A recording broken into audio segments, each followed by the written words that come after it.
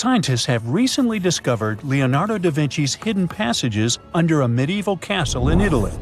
They followed a newly found 15th century sketch by the creator of the Mona Lisa and found one of the unexplored architectural wonders from the age of the Renaissance. Construction of the Sforza Castle started back in 1358, but it was destroyed about a century later during a local crisis. Then, in 1450, Francesco Sforza, the Duke of Milan, decided to rebuild it on the old ruins. After he passed away, his son Ludovico took over and kept improving the castle. He brought in some of the best artists of the time, including Leonardo da Vinci, to decorate its walls. We can still see Leonardo's frescoes today in the Room of Wooden Boards. While he was working at the castle, da Vinci also recorded some historical underground passages hidden beneath the outer wall. The drawing, dated between 1487 and 1490, was found at the Institut de France in Paris. The sketch is highly precise, and it proves that Leonardo was really interested in fortification design and was great at documenting existing structures. Historical records show that Ludovico ordered the building of an underground passageway that led straight to a basilica, where his wife was buried. Ludovico married Beatrice in 1491, and they had a happy but tragically short marriage, as Beatrice passed away while giving birth in 1497. The Duke locked himself away for weeks, grew a beard, and wore only black clothes while he was mourning his beloved wife. The secret tunnel may have stretched over a half a mile and would let Ludovico visit her grave in private. It could have served as an escape route if the castle was ever under siege. The existence of the tunnels remained one of the mysteries of the Renaissance for years, as no one knew for sure they were there. But now, scientists finally uncovered the secret history. They used a combination of ground-penetrating radar and laser scanning to build up an accurate 3D model of all the structures under the castle. They found the tunnels da Vinci alluded to in his drawings, and it looks like they may have only been a small part of a whole system of historical underground passages. The goal is to create a complete digital twin of the castle that will not only show all the preserved constructions, but also the ancient ones that are no longer visible. They also plan to add augmented reality to the virtual paths to let visitors discover Leonardo da Vinci's hidden passages. Now, we don't know if the genius actually took part in constructing the hidden passages that scientists recently discovered, but we do know about some other Leonardo da Vinci inventions. He created the first satellite-like map in 1502, long before photography or satellites were even a concept. A famous figure in Italy, Cesare Borgia, invited Leonardo to a small town called Imola, near Bologna, to create a highly detailed map for him. Back then, maps were not very precise, as no one had figured out how to show exact distances on a smaller scale. Instead, people spent a lot of time decorating them with dragons, roses, fancy castles, mountain ranges, flowers, and other artistic details. These maps look more like beautiful paintings meant to be displayed, rather than practical tools for navigation. But Cesare Borgia wanted something truly functional, and Leonardo managed to create something revolutionary in the field of cartography. If you compare satellite images of Imola today with Leonardo's map, the similarities are striking. He captured every alley, curve of the streets, roadways, and even the exact sizes of the buildings. And he did it all by hand, using just a pencil, ruler, compass, and several of his own clever inventions. To gather all the necessary data, the genius walked through the streets for weeks using a large wheel that spun as he moved, recording the distance with a cable. Using the magnetic compass, he determined precise directions. He also developed a tool called the bussola, which measured angles inside a circle. With this, he could track the exact turns of each street and the size of the intersections. He figured out the distances between houses and major roads. Then, back at home, he used his notes and calculations to draw the map to scale with incredible precision. In his work, Da Vinci also used a technique developed by Florentine humanist Leon Battista Alberti. He created a mapping method where you could place an entire city inside a circle using polar coordinates. At the center of the city, 8 straight lines met, representing the main directions of a compass. Leonardo used this system to divide the town into 8 sections. He didn't overlook even the smallest buildings, which made his map one of the most advanced of its time. The Italian genius had a big dream to build a machine that could let people fly. He studied how birds, bats, and kites move through the air and designed a special flying machine. He believed that if he could copy their movements, humans might be able to soar like them. Da Vinci's design looked a lot like a bat, with two large pointed wings that stretched over 33 feet wide. He planned to build the frame from lightweight pine wood and cover it with raw silk to make it strong but not too heavy. The person flying it would lie on their stomach on a wooden board in the center. To make the wings flap, the pilot had to pedal a crank with their feet, which was connected to a system of rods and pulleys. There was also a hand crank for extra power and even a headpiece to help steer. As the person moved their hands and feet, the wings would flap and twist, just like a bird's. But there was one big problem. Humans aren't strong enough to make the machine lift off the ground. Even though it might have worked once in the air, there was no way for a person to get it flying on their own. Leonardo probably realized this, but his amazing idea still inspired flying machines that came centuries later. Da Vinci was way ahead of his time with many of his inventions, but his idea for a humanoid robot was especially futuristic. He was working under the patronage of the Sforza family, the one that had those ancient tunnels of Italy built. The genius designed a mechanical knight that could move its arms, turn its neck, and even open and close its mouth. Da Vinci had good knowledge of anatomy and the mechanics of body movements that helped him. His unusual creation used an external system of cables. A hand crank set it in motion, and there was also an internal gear-driven mechanism. About 450 years later, Da Vinci's detailed sketches of the robotic knight were rediscovered in the 1950s. Several researchers tried to recreate the robot from those sketches. In 2002, a roboticist who developed systems for NASA and Lockheed Martin took inspiration from the old notes and built a functioning model of Da Vinci's robotic knight. Another design Leonardo created for Duke Sforza was a special kind of bridge that could be taken apart and carried easily. It was made for defense forces who needed to cross rivers or moats while traveling. This bridge would swing across the water and land on the other side.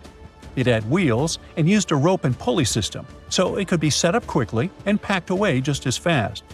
To keep it steady, it even had a special weight to help balance it. Leonardo wrote in his notes that the bridge was light yet strong, and he designed several bridges like this for the Duke.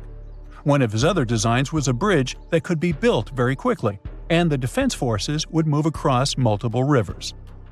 As scientists continued to study Leonardo da Vinci's hidden passages, they reveal new chapters in human history. Who knows what other unexplored architectural structures they will find? Tunnels, metro, underground systems, and even secret passageways to the houses of the rich and famous. Why else do we need tunnels, you may wonder? To hide.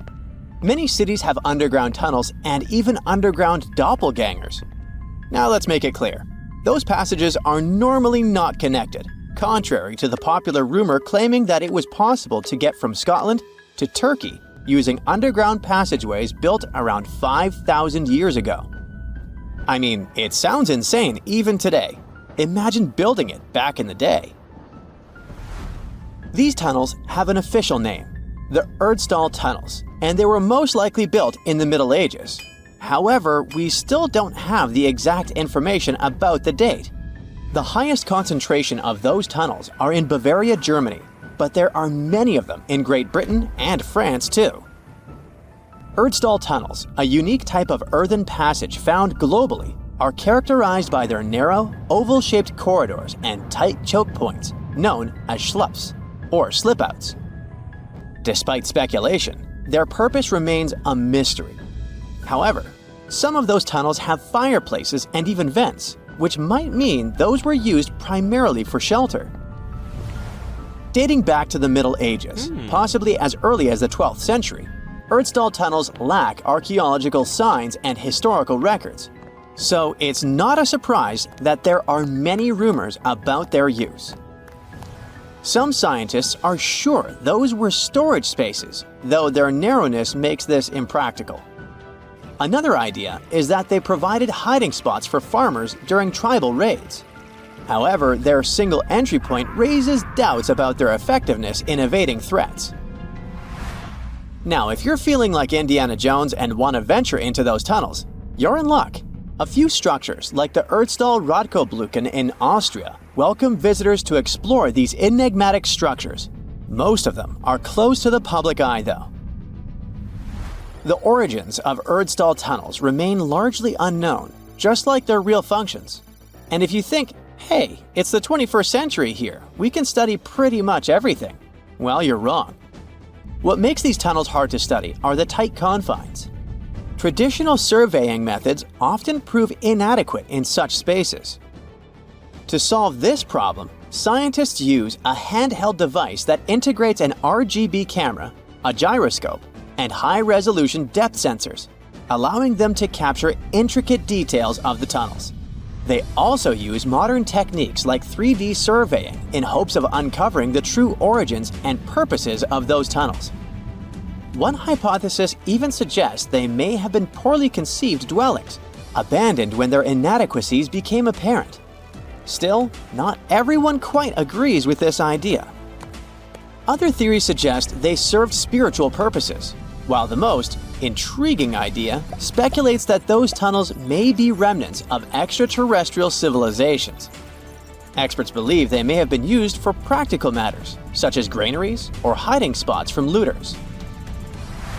As we don't have exact info on who built it and when, it may be pretty much anyone, even a sloth. Nope, I'm not a lunatic. Sloths can build giant tunnels. Check this out.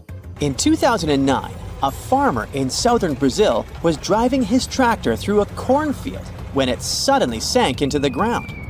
He quickly discovered he had broken through the top of an underground tunnel.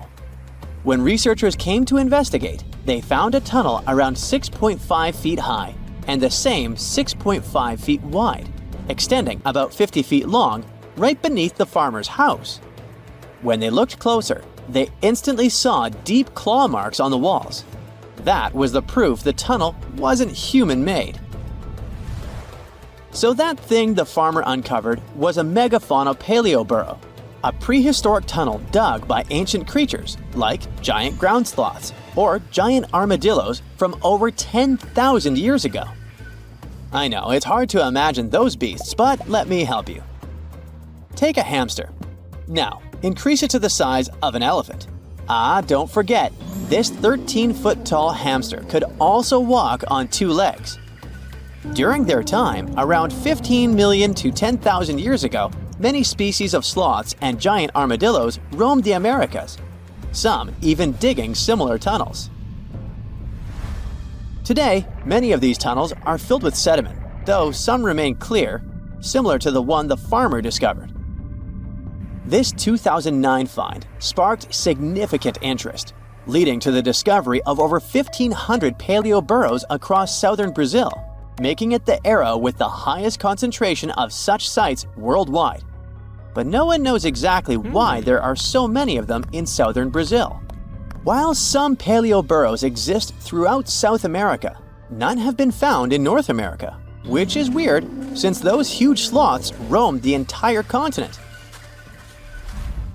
The exact purpose of these large tunnels remains a mystery, but scientists believe they may have served as nursing spaces, temperature regulation, or hibernation areas.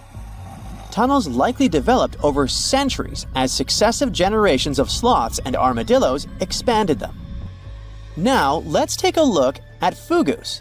No, not the Japanese fatal delicacy, and no, not a town in New Guinea. To see them, we gotta travel to the UK. So fugus are underground structures too, but they don't look exactly like tunnels. They are dry stone structures. They look as if a cave had been decorated with stones from the inside. There are only around 15 of them found so far, and most of them are located in Cornwall. According to the estimates, those tunnels were built about 2,400 years ago, and they're still in pristine condition, which is truly fascinating. I mean, back in the day, people had no cool machinery whatsoever, yet their structures still last. And if you dare to buy an apartment today, well, chances are you won't be too happy about the quality. Going back to our fugus, there's nothing extraordinary about their supposed purpose. They could be used for spiritual purposes, as a place to hide, or a food storage. The latest application, though, is a bit weird. I guess it's not a secret for anyone that England is famous for its excessive humidity. And if you want to store your food properly, you gotta avoid the humidity at all costs. Otherwise, say welcome to mold and fungi. But ancient people weren't dull-witted at all, or they wouldn't have survived, and you and I wouldn't be around now. So they might have adapted those fugus to store just some products, those that already had natural molds in them, assisting in the preservation of perishable food, like milk, butter, and cheese. But hey, those are just speculations. The true reason why they were built remains unknown. What makes fugus unique is that they are intentionally built tunnels, not just excavated mines like those in Wales. They were crafted by digging deep trenches, lining them with stone slabs, covering them with capstones, and then filling over them, all of which took significant time and effort. Still, no matter how hard those were to construct, cities around the globe are often built over intricate tunnel systems, each unique to its location. For instance, Paris is famous for its extensive underground quarries, which were abandoned years ago, but still pose a risk of collapse in certain areas above. London boasts one of the largest tunnel networks in the world, including many that were specifically created for military purposes. In New York City, there are rumors of secret tunnels, while Los Angeles has old tunnels from the Prohibition era used for speakeasies. Many other cities also have their share of enigmatic tunnels, and surprisingly, Florida is no exception. It happened in the year 2011 in Ybor City. Near a former post office, flooding uncovered something weird, a section of an unknown structure. Back then, people didn't pay much attention to that, so it took another 7 years to discover something truly fascinating. This historic neighborhood was founded in the 1880s, but it remained unknown until 2018 that it also has a hidden tunnel network. We only learned of it because of renovation work. The exact purpose, of course, is unknown, but most scientists are pretty sure that they serve to connect to early gaming spots and the port of Tampa. Figuring out how extensive the tunnel network is tricky.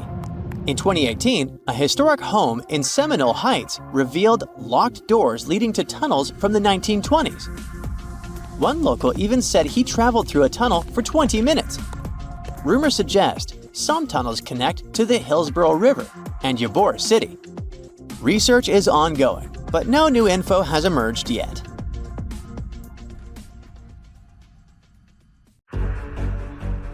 The conditions on this mysterious island might teach us how we can live on Mars one day. Devon Island is, to this day, the largest uninhabited island on our planet. It's located in the Canadian Arctic archipelago, and it's easy to see why people find it impossible to make a home here. The soil stays frozen throughout the seasons. The eastern part of the island is covered by a thick ice cap all year round. Summers here last for less than 50 days. And by summer, I mean that the ground is snow-free and the temperatures are slightly over 46 degrees Fahrenheit. Since almost no plants are growing here, there are no animals that could have adapted to these conditions. That's why scientists compare this island to what it would be like to live on Mars. In 2001, a project started here on Devon Island looking to discover how people might live and work on other planets, particularly on Mars. It's called the Houghton Mars Project and offered NASA scientists some unique studying opportunities. There are few options here in terms of logistics and transportation, and communicating with people living outside the island is also a bit more difficult. Specialists believe that if we can find solutions to live here, we might be able to do it on Mars too. Think of it as a home-based outer space boot camp. The Pitcairn Islands can be found in the middle of the Pacific Ocean. If you're a fan of adventures and remote places, this is the place to be. But you'll need to buckle up for quite the ride, since no plane has ever reached this place. The only way to reach the Pitcairn Islands is to take a 32-hour yacht ride. No wonder only 50 people are known to live here. Its history is really interesting too. A group of people settled here in the 18th century after a failed marine mission. To this day, all the residents of the island are descending from that initial group. Life's not easy here though. If they need to see a doctor, for example, they need to travel either to the island of Fiji or to New Zealand. Now let's head over to Mexico, where recent technology has allowed scientists to explore some fascinating cenotes, which were previously unknown. Cenotes are also called sinkholes and allow us to see subterranean water bodies. A team of archaeologists, cave divers, underwater photographers, and biologists came together to explore and document the extensive network of sinkholes located in the Yucatan Peninsula. One of the hotspots is located under the main pyramid at the Chichen Itza archaeological site. In total, scientists are looking to explore about 6,000 cenotes stretched across this whole region. The whole project is important not only because of the geological discoveries, but also because of its connection to the Mayan people and their culture.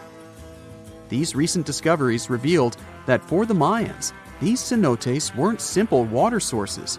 They dictated the way they built their constructions and had a huge impact on their spiritual lives too. The tallest mountain in the world is Mount Everest, sure, but it's been explored by scientists and tourists alike and doesn't hold many secrets.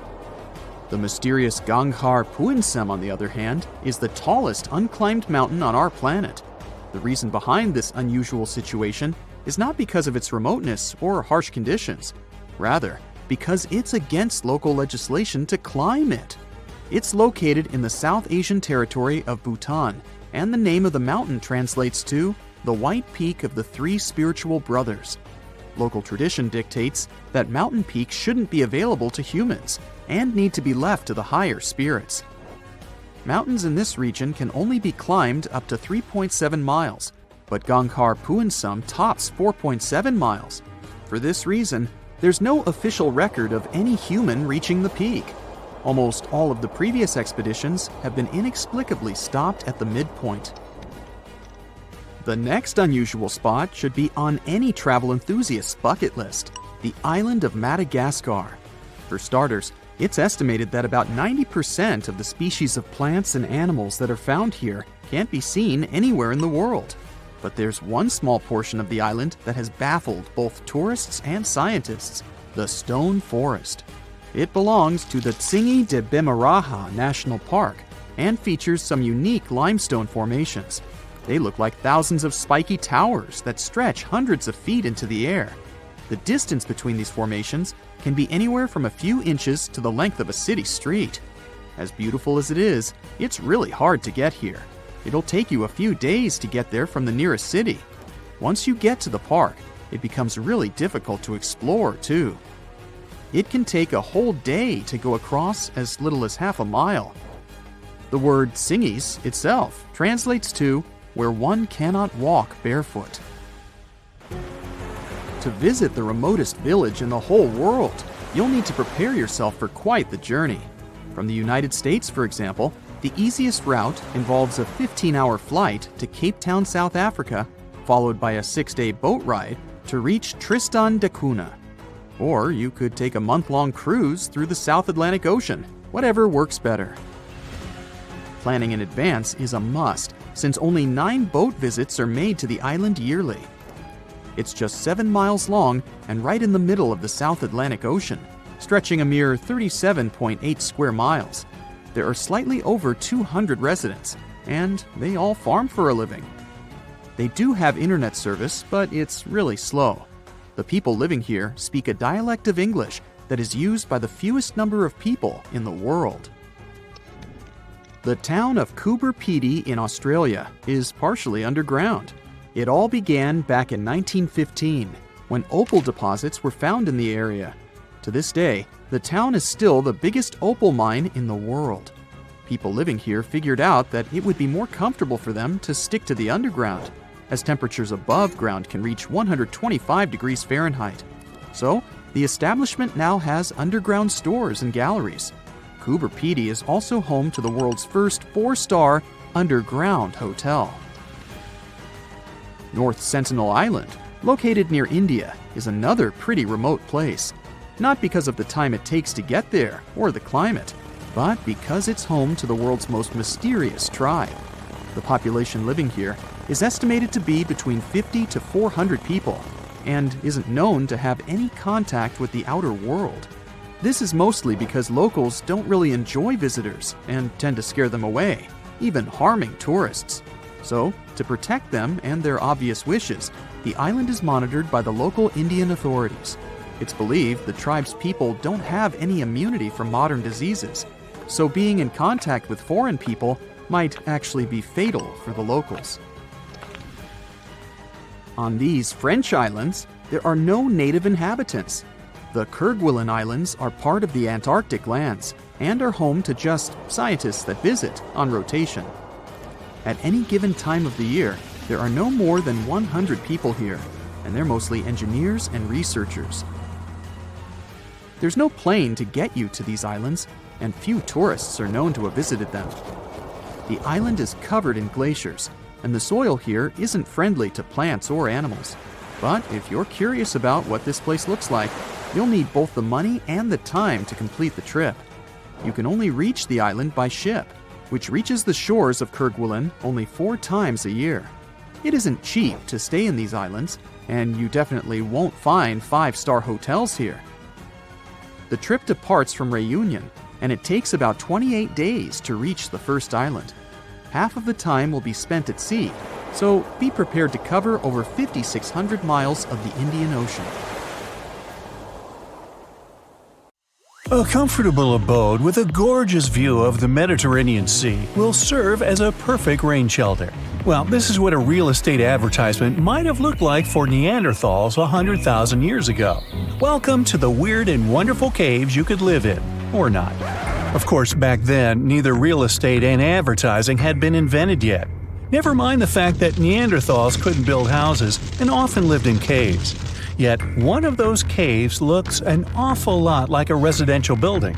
It's situated inside a high limestone cape called the Rock of Gibraltar. If the Neanderthals had had an economy, the caves inside this rock would have cost a bundle. Navigators discovered it in 1907. They just spotted a big hole inside the fortified rock. For many years, scientists have studied this place and found some traces of Neanderthals. They discovered ancient tools in the cave and bones of old animals. But the coolest thing was, they found 4 caves inside the rock. It was like a residential complex. Neanderthals lived alongside neighbors and helped each other hunt and fish. They created feather decorations and painted abstract drawings on the walls. Imagine our ancient predecessors hanging out in these caves 100,000 years ago. And now, scientists hang out there and study the primeval past of Neanderthals in detail. At the end of 2021, archaeologists uncovered a gap inside one of the caves leading to an unknown tunnel. They crawled through this hole and opened a new space under the cave roof. This place has been closed off from the outside world for over 40,000 years. And it seems it was one of the most prestigious apartments in the entire mountain complex. It has high ceilings with ancient stalactites. The ruined stone curtains divided the apartment into several rooms. Scientists also found the remains of ancient animals and scratches on the walls. It seems that Neanderthals had never lived here, but they used to visit this place. Archaeologists found the shell of a sea snail called dog whelk. One of the Neanderthals brought it here for some reason, but the primary owners of this place were hyenas. These caves show that Neanderthals were closer to humans than to monkeys. They had a way of life and even some customs. There's still a lot of work ahead, and scientists hope to find new rooms inside this rock. Meanwhile, in 2003, archaeologists discovered another early dwelling on the Isle of Flores in Indonesia. Among the green jungle, they found a cave with ancient tools. At first, everyone thought the human ancestors lived here, but then scientists discovered an unusual skeleton of an adult. A thorough analysis showed the skeleton belonged to a 30-year-old woman, 3.5 feet tall, just above the waist of an average adult. The woman's weight was equal to the weight of an adult shepherd. The skeleton didn't belong to Neanderthals or Australopithecines. It was a new unknown species, which scientists called Homo floresiensis, or simply the Hobbit. Also, there were remains of unusual ancient animals in the cave. It was an elephant the size of a cow, some large storks, and giant rats. Archaeologists have found out that hobbits were not the owners of this place. The main inhabitants were the rats the size of a cat. Maybe they were fighting the hobbits. Some analysis shows that Homo floresiensis wasn't our direct ancestor. They were in a separate branch of evolution. The hobbit skeleton looks more like that of a monkey than of modern humans. In 2009, in the dense jungle of Vietnam, archaeologists discovered Sandan, the largest cave in the world. If you go inside the cave and shout, you'll hear your echo a long time. In some places, the height of this cave reaches half the height of the Empire State Building, and the total area is larger than one central block of New York. Sandan is one of the 3 caves in the Vietnamese jungle. Many intricate mazes connect these caves. Inside, you can find unique plants and trees that live separately from the outside world. It's a real underground jungle. In some places, you can find collapsed ceilings that let the sunlight in. Besides unusual trees and plants, ancient stalactites hang there. Some limestone deposits are more than 450 million years old. They were here even before dinosaurs appeared. There are also many rivers in the cave. Rainwater coming down from holes in the ceiling has formed them. Fast streams resemble slides in a water park. They lead to unknown underground labyrinths. Scientists have studied only a small part of all these caves. The next unusual cave is in New Zealand. Hundreds of thousands of fireflies live inside. Each of them glows with a blue light. Together, they light up the cave. It may seem to you that you're on another planet, but you can't stay there for a long time. Special air measuring devices are everywhere. Scientists monitor the level of carbon dioxide necessary for the normal existence of fireflies. These insects are sensitive to the environment. If there are many people in the cave, or they stay there too long, the park staff will ask them to leave the place. It's like you're literally stealing oxygen from the fireflies. We've seen some pretty amazing caves so far, but how about a scary one? We're going to the desert of Yemen's Al-Mara province. What we're looking for is not a cave, it's just a black hole in the ground, right in the middle of the desert. It's big, the size of a basketball court. It's not its size that could scare you, but what's inside. Scientists are still not sure what it is. From the depths of this black abyss, a disgusting smell of rotten eggs constantly comes out, and sometimes you can hear some strange, frightening sounds. The blackness of the giant hole in Yemen absorbs all the sun's rays, so you won't see what's there even with a powerful flashlight. People flew over this place by helicopter. They filmed using drones and the most powerful lenses, but they didn't catch anything except darkness. It looks like a big ink spot in the middle of golden sand. The locals are afraid to approach this place. They believe the cave leads to another dimension where evil creatures live. At the moment, the giant hole in Yemen is one of the most poorly studied and mysterious phenomenon of nature. How did it appear? How old is it? Where does it lead? Scientists are trying to find the answers to these questions. There are theories that the hole appeared because of construction work. Geologists drilled the soil nearby in search of minerals. It could have caused fluctuations in the Earth's crust and collapsed the surface. But no one can prove this theory, yet. And now, imagine a place where sunlight has not penetrated for more than 5 million years. There's little oxygen, and it's cold and damp. Still, life is born in this place, not only microbes and bacteria, but also something bigger. The living conditions in this cave are very different from the usual ones, so in a sense, this cave is like another planet. It's the Movil Cave in the southeast of Romania, near the Black Sea. The entrance is a small hole in the ground. Inside, a tunnel leads deep below the surface. The levels of hydrogen sulfide and carbon dioxide are above normal inside the cave. The air here is half as much oxygen as on the surface. People can't be here without an oxygen mask. but other creatures living here can. The cave is home to 48 species of living organisms. 33 of them are unknown. Here you can meet some unusual insects, white snails and white spiders, millipedes with huge whiskers, transparent shrimp, and unique species of leeches. They all live here thanks to the little bacteria autotrophs. They absorb carbon dioxide and release food particles. Bacteria feed on it. Other larger organisms feed on these bacteria, and some bigger organisms eat those little ones. In the end, everyone gets food. In this cave, evolution has created a biological system separate from the rest of the world.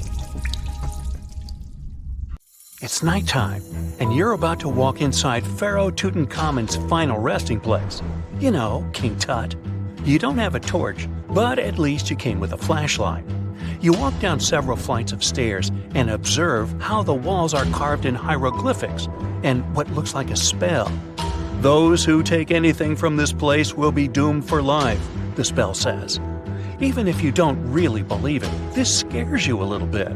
You find a huge stone door. Is it a trap? You manage to open it, but oh no, it's only an empty chamber. You check your map. It seems like you're heading in the right direction. After what feels like hours, you realize you must be trapped inside a labyrinth. You try to retrace your steps, but you can't find the door where you came in from anymore. That's it, you think to yourself. You've fallen for the Pharaoh's trap. What's worse, you didn't bring a lunch. Okay, so we've all seen Hollywood movies where the main character is exploring ancient ruins and faces some seriously dangerous traps, right? We've been told Egyptian royalty protected their final resting places with venomous scorpions and snakes, sliding doors that will trap you for life, and giant rolling boulders that will crush anyone on their paths. The thing is, were these traps truly real? Well, I regret to be the one to break it to you, but this is all fiction. These elaborate traps were too technologically advanced for ancient civilizations to pull off.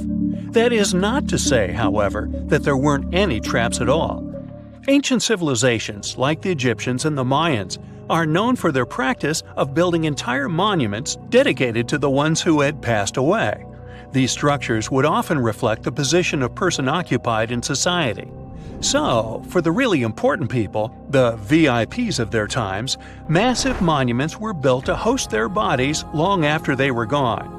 Some of these civilizations believed that a person's life would continue on the other side of the veil. For that reason, a person would be buried together with the belongings of their current life. If they had a lot of money and power and stuff, that meant their resting places would be filled with riches and gold. Now imagine if you lived in ancient Egypt and you knew exactly where all the pharaohs' tombs were located and had heard rumors of the amount of wealth kept in these places. Maybe you would be tempted to go check it out, right? We're talking about large rooms filled from floor to ceiling with golden artifacts, jewels, and even money. I mean, it does sound tempting. And since there weren't any security guards protecting the entrance of these places, Egyptians needed to get creative as to how they would protect these riches. These old civilizations found some traps to be useful. A recurring one was building empty rooms inside the monument to confuse a burglar. Now, let's take a look at Amenhotep III's final resting place as an example. It was built in the city of Luxor, in a spot also known as the Western Valley of the Kings. Two French engineers originally discovered the monument between 1905 and 1914 CE. The structure is huge and has more than 10 chambers, connected by long corridors and steep stairways. The King's Chamber is the most hidden one, and for an outsider to try and find it, they will probably enter a lot of empty rooms beforehand. Other pharaohs tried to protect their riches by commissioning monuments with false doors concealing pits that were up to 20 feet deep. This way, an unwarned and unwanted visitor would be surprised by the deep hole on their way to the king's resting chamber. Alongside false doors, pharaohs made sure to build labyrinth-style corridors and false walls. This way, robbers could take hours or days before they found the king's real chamber. As to pits with poisonous snakes on them, if there were any reptiles inside these monuments, They probably got inside on their own, and would most likely not stay there for long. There is no way snakes would survive years and years without food inside these pits. So yes, another Hollywood-induced belief right there. If these traps seem boring to you, archaeologists did find an interesting deterrent in the final resting place of the Red Queen of Palenque in Mexico. Palenque was one of the most powerful Mayan cities in pre-Columbian Mexico, and the Red Queen was believed to be the grandmother of the last Mayan king, undoubtedly a person of immense importance to the empire. In her honor, a huge monument was built to keep her body after her passing. The discovery of the tomb itself was already thrilling. Archaeologists found an ancient monument when digging at the site back in 1994. The first thing they found was a room with a hidden door. Once they opened the door, they discovered a long corridor. Finally, at the end of this corridor was the Queen's chamber. The team of archaeologists was beyond excited to unearth this chamber with the mummy of the Queen herself still inside it. They found her to be accompanied by her pearls, jade shells, and expensive rocks. But as the team explored the remains, they saw something rather strange. The room was filled with a red-colored powder. Researchers knew that the color red was important to the Mayan people, and that much of their clothing and buildings were decorated with this color. But they didn't understand why the queen was buried with this unknown red substance. After they took a sample back with them for further analysis, they discovered that the red powder was cinnabar, a very dangerous mineral. This powder, when inhaled, can cause, shall we say, severe health damage to a person. The team concluded that this could only be a trap for anyone trying to steal her riches. Okay, so dangerous powders might have worked as the most intense traps we've seen until now. But perhaps the cheapest way to keep out unwanted visitors was to advertise spells written out all over the monument. We'd probably laugh at these today, but back in the day, they were more or less effective. Spells usually said that the person who took anything from that place would meet a tragic fate. Some spells said that robbers would lose their houses in big fires or terrible floods. Other spells said burglars would have incurable and undiagnosed health issues, but they weren't really enough to stop people from taking any gold. There are some stories surrounding how these spells might have been real. One of them is from the famous British Egyptologist Howard Carter, the one responsible for unearthing Pharaoh Tutankhamun's resting place in the 1920s. After months of unsuccessful digging, Carter discovered the tomb's existence by chance. He found the entrance to a stairway right beneath the soil where he had been searching all those months. With the help of a team, he cleared the piles of sand blocking the stairs and discovered a doorway. The door had several royal symbols carved into it, and Carter knew this could only mean a very important person had been buried there. And he was right. With a chisel, he made a hole in the top left-hand corner of the doorway and lit his vision with the help of a candle.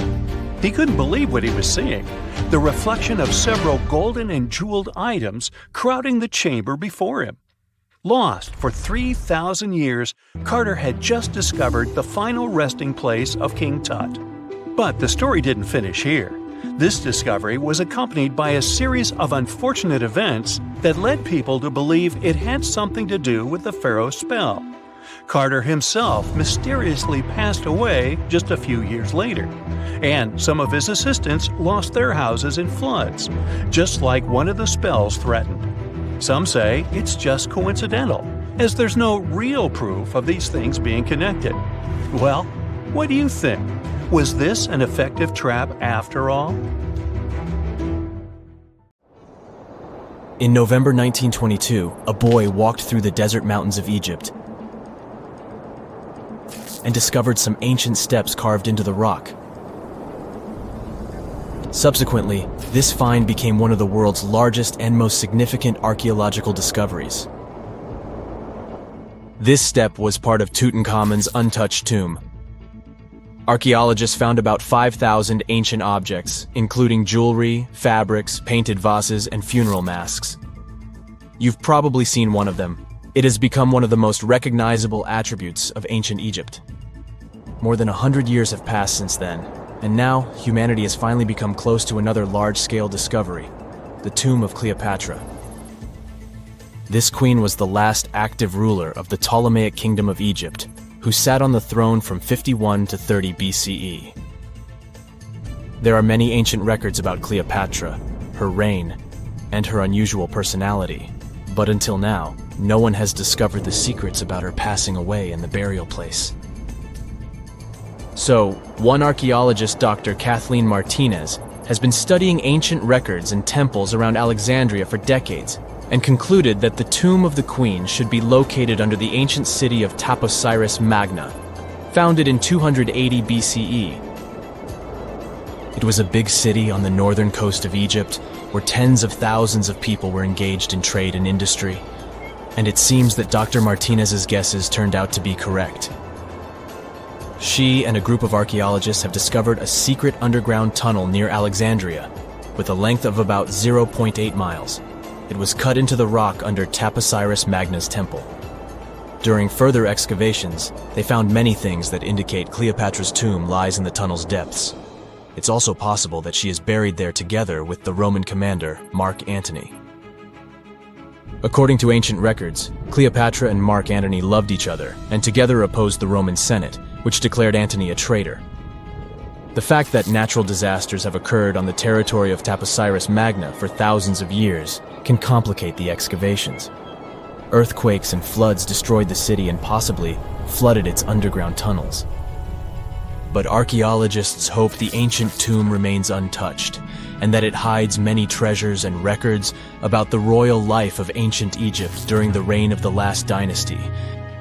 There's a chance that excavations will go underwater and in the mud. This will require much time and funding, but archaeologists are sure it's worth it. Anyway, it's too early to say that Cleopatra is really buried there, but scientists have found many things in the tunnel that confirm this, including clay pots, dozens of coins with the image of Cleopatra and Alexander the Great, as well as a bust with the image of the Egyptian queen. Cleopatra is still one of the most popular personalities in Egypt, on an equal footing with Ramesses III and Tutankhamun. She inspired many films, paintings, and books, but what made her so popular? She became famous for her inconsistency. She was a beautiful, intelligent ruler who pulled Egypt out of the crisis and made it a prosperous power. Medieval Arabic texts say she knew chemistry, mathematics, and philosophy, and may have written several scientific books. She knew several languages and had excellent diplomatic skills. At the same time, there are many legends that she was a femme fatale who drove many men crazy. However, there's no evidence that her beauty was incomparable. The image of a stunning model was created by Hollywood when it made several films where famous actresses performed the role of Cleopatra. And the Roman Emperor Octavian, the adopted son of Julius Caesar, specially created the image of Cleopatra as an insidious seductress because he was her enemy. Even though she was born in Egypt, Cleopatra wasn't an Egyptian. Her ancestors were Greeks, among whom was one of the generals of Alexander the Great. However, the people of Egypt loved her. She learned the language and was very sensitive to the traditions of this country. She knew the history, mentality, and customs of ancient Egypt well. She raised the level of its economy and strengthened its status as a world power. Much of this was made possible thanks to her cunning and impressiveness. She loved theatrical performances and lavish celebrations. She knew how to surprise people and put on a show. But behind the exterior image of a luxury lover was an intelligent and calculating ruler. Ancient Egypt was a rich, luxurious country, and Cleopatra did everything to increase its wealth and strengthen its position in the international arena. For example, she was once in conflict with her brother Ptolemy XIII. The queen knew that she wouldn't be able to resist him, so she decided to attract Julius Caesar to their side. The Roman emperor arrived in Alexandria, where Cleopatra wanted to meet him, but Ptolemy knew about her plans and was about to prevent her from coming to Caesar. Then, instead of a rich and noisy arrival, Cleopatra decided to make her visit inconspicuous. She wrapped herself in a carpet or linen bag the emperor's servants carried into Caesar's private chambers. Cleopatra emerged from the carpet and impressed the Roman emperor with her beauty and determination. As a result, they fell in love with each other and became close allies. After some time, she impressed another influential Roman for diplomatic purposes. She arrived to meet Mark Antony on a golden barge with purple sails and silver oars. Cleopatra was dressed in the image of Aphrodite and sat under a magnificent canopy. Her servants dressed like cupids and were blowing her fan and burning incense. But Cleopatra created such a show for a reason. She knew that Antony revered Greek mythology and considered himself the embodiment of Dionysus. As a result, he was so impressed with this woman that he ended up marrying her. Cleopatra defended her crown, strengthened her alliance with Rome, and bore Antony 3 children. In Egypt, they threw big parties and enjoyed wealth with power. However, the relationship of a high-ranking official with the Egyptian queen caused a scandal in Rome. Octavian was Antony's primary opponent in the struggle for power, so he exploited the situation to darken the competitor's reputation. He used propaganda to make Cleopatra an insidious seductress in the eyes of Roman citizens. He accused Antony of succumbing to her charms. The Roman Senate supported Octavian and declared Cleopatra an enemy. In 33 BCE, this conflict reached a high point when Antony's navy clashed with Octavian's fleet. The latter won and forced his enemy to flee to Egypt with Cleopatra. According to some records, they took refuge near Alexandria. Pursued by the Romans, they hid in one of Cleopatra's palaces and met their end. Some legends say that Cleopatra was an expert in poisons. She provoked a venomous snake, a viper or an Egyptian cobra, to bite her. Also, according to another legend, she pricked herself with a poisonous needle. There's a theory that Cleopatra always carried an ampule with poison inside her hairbrush. And when she was cornered, she soaked the needle with this poison and pricked herself. None of this can be said for sure. Scientists are still trying to find out the truth. Perhaps when they reach Cleopatra's tomb, the world will get more answers about her tragic fate. She is considered the last ruler of Egypt. After her passing, Octavian plundered her palaces and temples and returned to Rome, where he became the main emperor. He successfully ruled the country and expanded its borders. His reign ended when he turned 75. World history would have looked different if Cleopatra and Mark Antony hadn't lost that naval battle. By the way, did you know that more time has passed between Cleopatra's reign and Neil Armstrong's flight to the moon than between the reign of the Egyptian queen and the construction of the Great Pyramid of Giza? Armstrong took a step on the Earth satellite in 1969, 38 years after the birth of Cleopatra. And the construction of the pyramid took place in 2560 BCE. Imagine how long the history of ancient Egypt is. Cleopatra is closer to us in time than to the pyramids. Have you heard of Gobekli Tepe? It's an ancient site in Turkey that literally made historians rewrite history books. Over 11,000 years ago, a group of prehistoric humans crafted an enigmatic masterpiece that's even older than Stonehenge.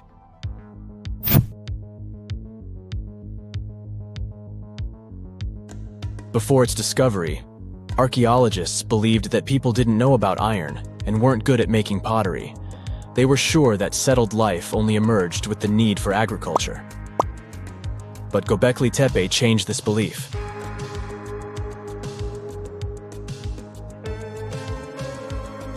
The place has revealed that it was the temple that paved the way for a settled life, not agriculture. Until this discovery, researchers believed that farming was the catalyst for sedentary living. Meet Professor Schmidt, the guy whose findings changed this theory. He managed to prove that hunter-gatherer communities laid the very foundations of this way of life.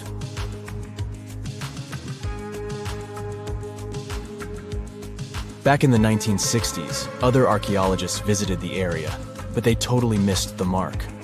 While surveying the region, they stumbled upon a hill with scattered limestone slabs and concluded it was just an old burial ground from medieval times. Little did they know that there was so much more to uncover.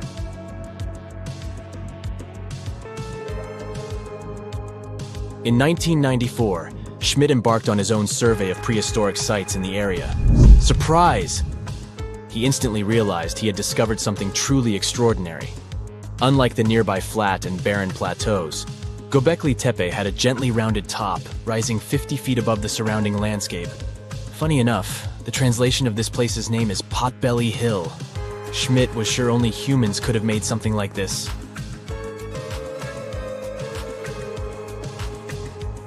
Those broken limestone pieces that were mistaken for gravestones turned out to be way more exciting. It was like stumbling upon a hidden treasure. The pieces took on a whole new meaning, and Schmidt with his team was about to dive into the secrets waiting beneath the surface.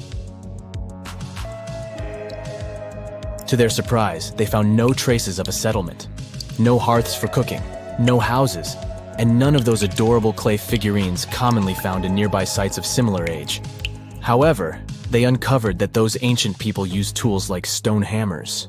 So, Schmidt and his team put their heads together and took a wild guess at the age of Gobekli Tepe's stone structures. Their estimation got backed up by some limited carbon dating done right at the site. The ancient vibes of this place were finally starting to make sense. It was like a puzzle slowly coming together.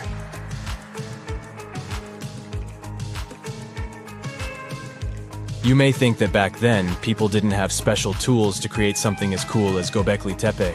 Not true. Turns out, these prehistoric folks used flint tools instead of fancy metal chisels. They were also skilled at chipping away softer limestone and crafting pillars right on the spot.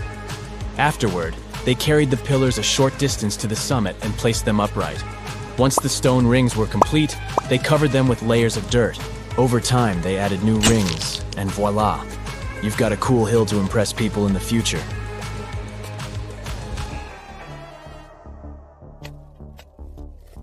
During their first year of excavation, the team went through 15,000 pieces of animal bones from wild creatures. These people didn't have pet animals or grow their own food. They hunted wild animals for their meals. But things were about to change, because the place had everything they needed to start farming. Scientists say they had wild sheep and wild grains that could be domesticated. And guess what? Just 20 miles away, geneticists found evidence of the world's oldest domesticated strains of wheat at a prehistoric village.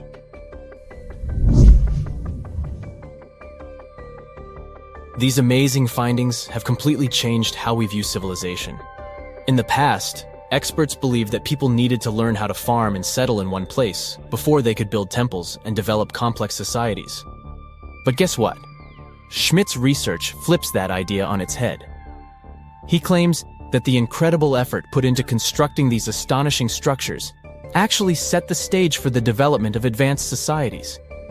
It means that societal and cultural changes happened before agriculture.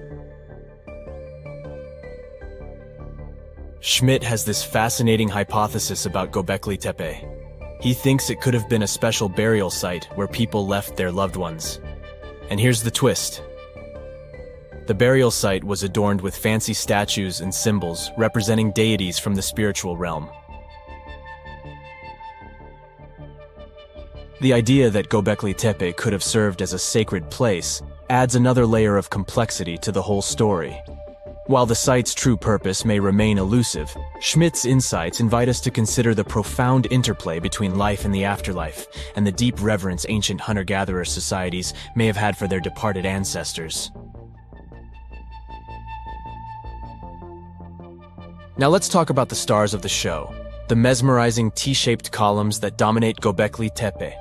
These mysterious structures range from 10 to 20 feet tall and most likely represent stylized human figures. But one figure stands out from the rest, the three-dimensional lion relief. This depiction really fires up our imagination. Why? Because it hints at the possibility that lions roamed Anatolia during the Neolithic period.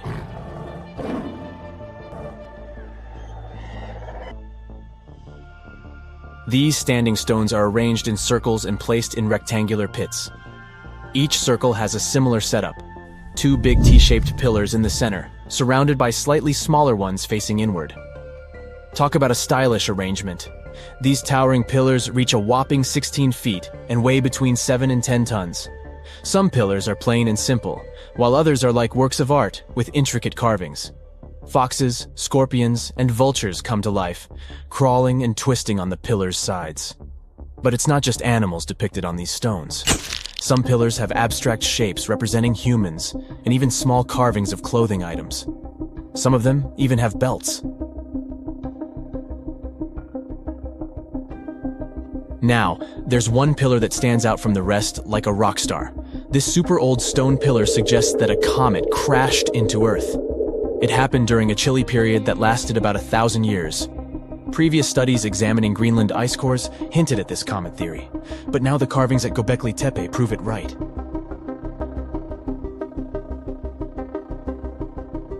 The carvings on the pillars are like a historical comic strip. They even show a headless human figure. Researchers fed the images into a computer and discovered their connections to constellations, indicating that this temple might have been an ancient observatory. It's like our ancestors were trying to document this cataclysmic event in their own unique way. Archaeologists have been excavating and researching Gobekli Tepe since the mid-1990s, peeling back layers of history and providing us with a deeper understanding of the intricate relationship between various elements. They have no plans to stop the whole process for another 150 years. Who knows what else they'll find? You see, Gobekli Tepe has been labeled purely as a ritual site with no signs of domestic activities. We were led to believe that the absence of water meant it couldn't support semi-sedentary communities. But scientists believe it's time to shake things up and approach Gobekli Tepe with fresh eyes.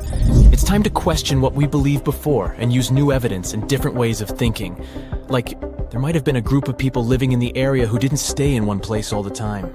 They moved around a bit but still had their own civilization, living in the area semi-sedentarily. Gobekli Tepe is not just home to a single temple, but an astounding collection of over 20 ancient structures. As archaeologists delve into the depths of this wonder, they are unraveling its unique layout, featuring two prominent focal points at the heart of each establishment, complemented by smaller structures and dividing walls. What's even crazier is that in this area, there are over 200 obelisks, which are narrow tapering monuments. Whenever you hear about ancient ruins, you almost never picture them being suspended somewhere, or just randomly hanging on the branch of a tree, right? In fact, for most of the ancient artifacts we have exposed in museums all over the world, archaeologists did quite an impressive amount of digging. You see, buildings have this funny way of fading away over time if not properly taken care of. Sometimes we need to reuse some building materials, so an older construction may be sacrificed in the process. Other times houses are abandoned, and once they are exposed to the elements on the surface, like rain or sunlight, they don't really stand a chance. Some just simply crumble away due to good old erosion. So the only way a piece of architecture can survive the test of time is if it's somehow gotten buried deep down. Now, how did they end up buried in the first place? Well, it's quite the comedy of errors. Ancient cities had a habit of gradually raising their ground level like a kid adding toppings to their ice cream sundae. You see, these settlements were always busy collecting food and building materials to keep up with their ever-growing population. But hey, who has time to deal with waste and rubbish? It wasn't exactly high on their to-do list back in the day. So when it came to building new houses, ancient civilizations found it much easier to save their sweat and tears by piling up the rubble and constructing right on top. But that's not all. Rivers would also occasionally flood and deposit a layer of sediment on the city floors, further encapsulating those ancient constructions. And in those dry regions like the desert, where the wind likes to show off its sand and dust dance moves, you can bet it was a constant struggle to keep the establishments clean. One hilarious example is the Sphinx, which had its head buried in sand until a group of archaeologists unearthed it in 1817. Some ancient towns eventually got covered up because they were completely abandoned. With less human activity to control their expansion, plant seeds couldn't resist the opportunity and sprouted all over the place. They gobbled up carbon dioxide from the air and grew, adding more and more bulk to the ground. Those cheeky roots even decided to stabilize the soil made from decaying plant matter, creating layers upon layers of earthy goodness. It's like the ultimate DIY project Mother Nature embarked on, with plants as her loyal helpers. The act of digging into the secrets of ancient civilizations is not just about unearthing a lost world. It's also an epic quest to reveal the hidden treasures beneath layers of history. But how do archaeologists know where to dig in the first place? If everything is covered in layers upon layers of sediments, debris, and plant roots, they must have some sort of system they rely on before embarking on a new project, right? For starters, they're not always the ones suggesting an archaeological dig in a certain location. Let me explain. Let's say you're a contractor and you want to build a new fancy apartment complex in your city. Some local legislations have certain requirements before your project can start, though. For instance, before anyone starts building on a piece of land, they might need to bring in specialists to check the soil. These clever folks can be archaeologists, geologists, or paleontologists, and they need to keep an eye on things during development. If any artifacts or ecofacts, fancy word for organic remnants, are discovered, these experts swoop in to excavate and study them. But what about sites that have nothing to do with bulldozers and yellow hats? Archaeologists have more than one trick up their sleeves when it comes to locating ancient hotspots. They dive deep into historic records with a healthy dose of detective work. By sniffing out old documents and maps, they can piece together the puzzle of human activity in a specific area. If a site has been visited before, it's even better. Finding records of past excavations or historical accounts can give archaeologists lots of information on where to continue their treasure hunt. Before archaeologists start swinging their shovels, they engage in a bit of a visual scan mission. Armed with a grid system, they'll stroll around the site, keeping their eyes peeled for any artifacts that might be hiding just beneath the Earth's upper layer. From groundstone tools to historic glass and even ancient garbage dumps, yes, they're also valuable.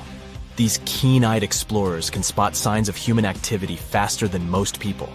If they stumble upon midden soil, fancy term for a garbage dump, they know for sure that humans once called this place home. Archaeologists don't just rely on their trusty shovels, though.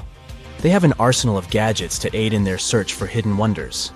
Geophysical tools are like their secret weapons. Take the resistivity meter, for example. This clever contraption measures the electrical component of the soil and any buried features or artifacts. A buried wall, for instance, will create a different resistivity reading than the surrounding soil. Magnetometers and ground-penetrating radar work in similar ways, showcasing potential hints of ancient treasures in the soil. And who could forget our trusty old friend, the GPS? It helps archaeologists map out precise locations, like a high-tech treasure map, leading them straight to their pot of gold.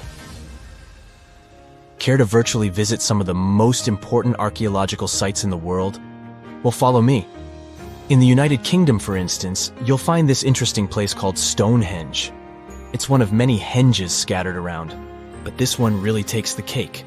Picture this: massive ancient stones standing tall and proud, arranged in a funky outer ring and an inner horseshoe, with some smaller stones thrown in for good measure. And guess what? These amazing stones have been around for over 5,000 years. Talk about a serious case of rock-solid longevity. Now, here's where it gets interesting. According to local folklore, the legendary wizard Merlin whipped out his magic wand and poof! He teleported these massive stones all the way from Ireland. Apparently, some giants had assembled them there, but Merlin decided they would look much better at their new location. Others think it's just the ruined remains of an old Roman spiritual edifice. These amazing structures were built by our Bronze Age ancestors. With their simple tools and limited tech, they managed to create this monumental masterpiece. Impressive, right? Unfortunately, there's still so much we don't know about this area. Stonehenge's initial purpose remains a mystery to this day. Sure, there are lots of theories, but scientists have yet to agree on the subject. However, we do know that it's perfectly aligned to catch the sunrise during the summer and winter solstices. The ancient city of Pompeii is an equally amazing archaeological site. Picture this. Mount Vesuvius, a notorious troublemaker, decided to throw a volcanic tantrum and completely covered this ancient Roman city. It turned it into a time capsule, located outside present-day Naples in Italy.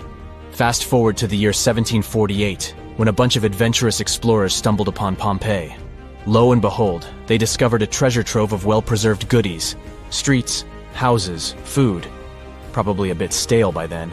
Blingy jewelry, fancy sculptures, colorful frescoes, everyday household items, and even animal and human remains. It was like an epic archaeological party. From the looks of it, Pompeii had it all. Fancy houses and villas, a massive 20,000-seat arena, cute little artisan shops, hangouts like taverns. And let's not forget the saucy spots like those luxurious bathhouses for some intense pampering. There's also the sanctuary of Apollo, where people used to gather for their daily dose of worship. And of course, the bustling heart of the city, the Forum of Pompeii, where all the cool people used to hang out. And guess what? Pompeii is so cool that it made it to UNESCO's World Heritage List back in 1997. That's like the ultimate Hall of Fame for historical awesomeness. It also includes many other famous buildings and sites, like the Taj Mahal in India and the Acropolis of Athens in Greece.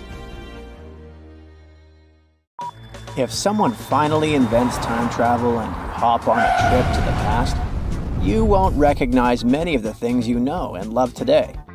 The Statue of Liberty and the Egyptian pyramids, some basic gadgets like the remote control and your laptop, and even the corn you have for lunch have all changed beyond recognition.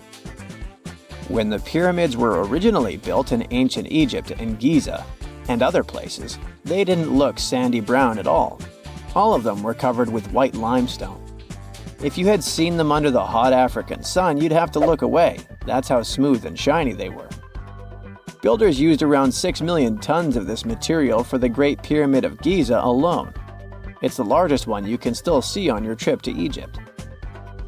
The local rules were quite a thrifty crowd, and they reused some of the casing stones for other construction projects. A massive earthquake in the 14th century has also loosened some of the stones, so you won't see a lot of limestone, but some of it is still there, on top of the Pyramid of Khafre in Giza. It looks like it has a second peak on top of the first. In ancient times, all pyramids used to have capstones called pyramidions, covered in a mix of gold and silver. Most of them have been lost over the centuries, but you can still see a few of them at museums. They show images of Egyptian deities. The pyramids were probably modeled after a sacred pointed stone, the benben. It represented the rays of the sun. Now, lifting heavy rocks wasn't so simple without the tech we have today. I guess you'll agree with me if you helped your friends move at least once, and they made you carry the couch. But those smart Egyptians of the past thought of that and chose the pyramid shape. It lets the weight distribute evenly throughout the whole thing. The Statue of Liberty has also had a major makeover since it was first unveiled in 1886. Believe it or not, it used to be a shiny brown color, just like a penny. 20 years later, it changed its color to green. It wasn't a fashion statement, but a chemical reaction. The statue is covered with hundreds of thin copper sheets. When copper reacts with air, it naturally forms a protective layer called verdigris. This layer protects what's under it from corrosion, and that's why statues and other things made of copper, brass, and bronze can last so long. When Lady Liberty first turned green, people in authority decided it would be a good idea to paint it all over. It was way before social media, so you couldn't just drop an angry comment under the post describing the idea. But they wrote about it in the local newspapers, and the public didn't love the idea. Then the Times interviewed a copper and bronze manufacturer, and he confirmed they shouldn't repaint it, because removing the protective layer would mean destroying the statue. Over the years, people have suggested painting Lady Liberty several times, but no one has ever done it. I don't know about you, but I can't imagine that lady in any other color, so I guess it's for the better. You love bananas as much as I do? Next time you enjoy a juicy soft one, remember you gotta thank selective breeding for that texture. The original wild bananas had many large, hard seeds and not so much delicious pulp. And hey, who doesn't like a sugary watermelon? It has a history of over 5,000 years, and it used to have bitter yellowish white flesh and was really tricky to open. Selective breeding saved the day again, and watermelons got way sweeter. Japanese scientists went further and invented the seedless version. Corn's grandmother is a Mexican grass called teosinte. The kernels in this grass were small and hard to get. Farmers from many thousands of years ago saved the seeds only of those plants that were larger or tastier, or with kernels that were easier to grind. Thanks, my friends, for giving us the corn that's edible and even delicious. And just imagine, wild avocados were so small that they could easily fit in the palm of your hand. The pit in them was so large you wouldn't find much edible material inside. They also had a much harder shell than the ones we're used to. You probably wouldn't get a lot of work done without your beloved computer today, but I can't tell you exactly whom to thank for this invention. The ABC from 1942 is one of the contendants for the title of the first computer. It's short for the Atanasoff Berry computer, named after its inventors at Iowa State University. The ABC weighed over 700 pounds. Yep, yours must be way lighter than that. That big boy consisted of around 300 vacuum tubes and had a rotating drum, a little bigger than a paint can, and had small capacitors on it. A capacitor is a gadget that can store an electric charge, like a battery. The ABC could solve problems with up to 29 different variables to help scientists save some time. Like modern computers, it used binary digits, ones and zeros, to represent all numbers and data. Because of that, it was possible to do the calculations electronically. And now, my favorite part, the ABC finished one operation about every 15 seconds. Just for you to compare, it's millions of operations per second now. Unlike the tech we use today, the ABC did not have a changeable stored program, so the program could only do a single task at a time. An operator had to write down the intermediate answer and then dial that back into the computer. Sounds like another reason to be happy we live in the 21st century. That remote control you use for all sorts of appliances has gone a long way too. Nikola Tesla, who gave us alternating current, designed one of the first wireless remote controls back in 1898. He named his invention teleautomation and demonstrated it on a miniature boat controlled by radio waves. The boat had a little metal antenna attached to it. Tesla sent signals to the boat using a box with a lever and a telegraph key, which was his version of a remote control. Those signals set electrical contacts on the boat into motion and moved the rudder and the propeller, and Tesla was controlling the boat.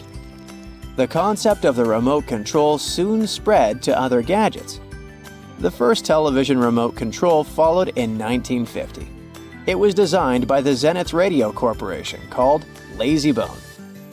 Don't take it personally, please. This LazyBone had a massive cable that was attached to the TV set, and those who tried it didn't fall in love with the invention because they tripped over that cord.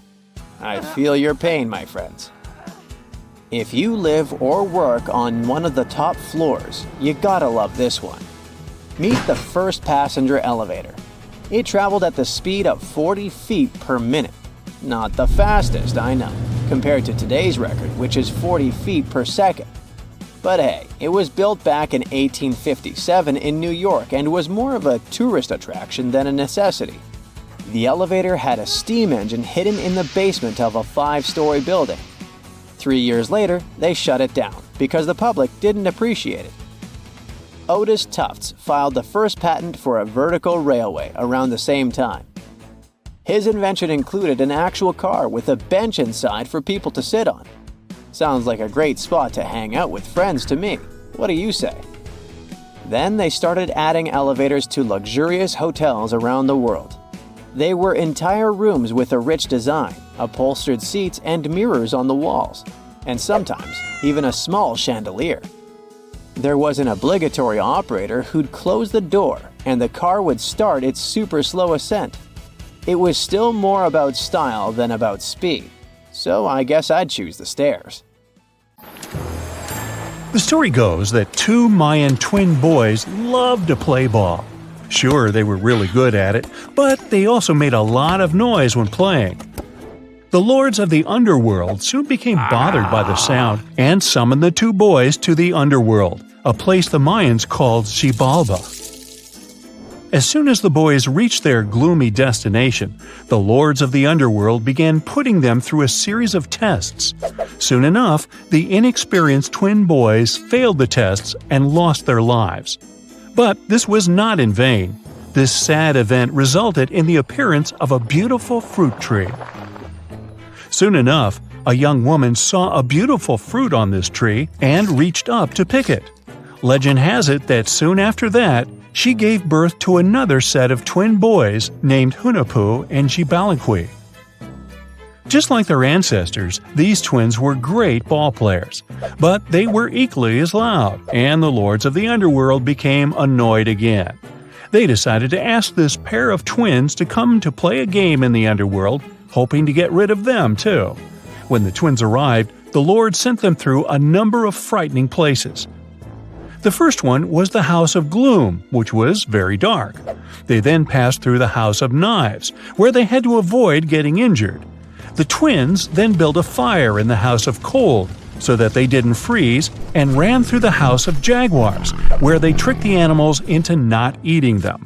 Finally, they entered the House of Bats, where they seemed to have lost their luck. One of the bats managed to run off with Hunahpu's head. The lords then challenged the twins to play ball with them, but the boys were clearly at a disadvantage. Gibalinkui placed a turtle on Hunahpu's shoulders to make up for his lost head, and they began playing. As the lords became distracted by an animal near the court, Gibalinkui stole his brother's head and placed it back in its place. Much to the annoyance of the lords, the twins were now able to tie the game. Hunahpu and Gibalinkui continued to perform a series of tricks for the lords of the underworld. One of them involved Gibalinkui injuring Hunahpu and then bringing him back to life. The lords were so impressed by the twins' performance that they asked them to do the same trick on them. Of course, the twins agreed, but after performing their trick on some of the lords, they refused to revive them. Seeing what had happened, the lords of the underworld admitted defeat and begged for their lives, promising not to intervene in the lives of people ever again. Hunahpu and Gibalinkui were happy to have avenged their ancestors and gained the respect of the lords. Legend has it that the lords of heaven were so impressed by the twins that they took them to live in the sky by turning them into the moon and the sun. The Maya civilization was one of the most dominant indigenous societies in history, and their folklore and traditions are still discovered and studied today. They used to live in a territory called Mesoamerica. It was made up of modern-day Mexico and parts of Central America like Guatemala, Belize, Honduras, Yucatan Peninsula, and El Salvador. They lived from 1800 to 900 BCE and up to 900 to 1500 CE. Apart from their impressive legends, the Maya were very skilled inventors. They're known for their calendars, writing systems, farming methods, and sports. Their writing, for example, was found preserved on buildings and stone monuments, as well as in rare books and pottery. It's a system made out of more than 800 hieroglyphics in various combinations. Each of those signs was said to represent a syllable. Their writing system was deciphered by accident by Tatiana Proskorakov, an American woman who initially studied to be an architect. Since she didn't find a job in her field, she eventually became a Mayanist in her own right, despite not being academically trained. She was the first to notice that the Mayan upended frog glyph meant birth, and that their toothache glyph meant the date when the king ascended to the throne. It made it easier for scientists to pinpoint birthdays, as well as the names of the rulers of a specific Mayan dynasty.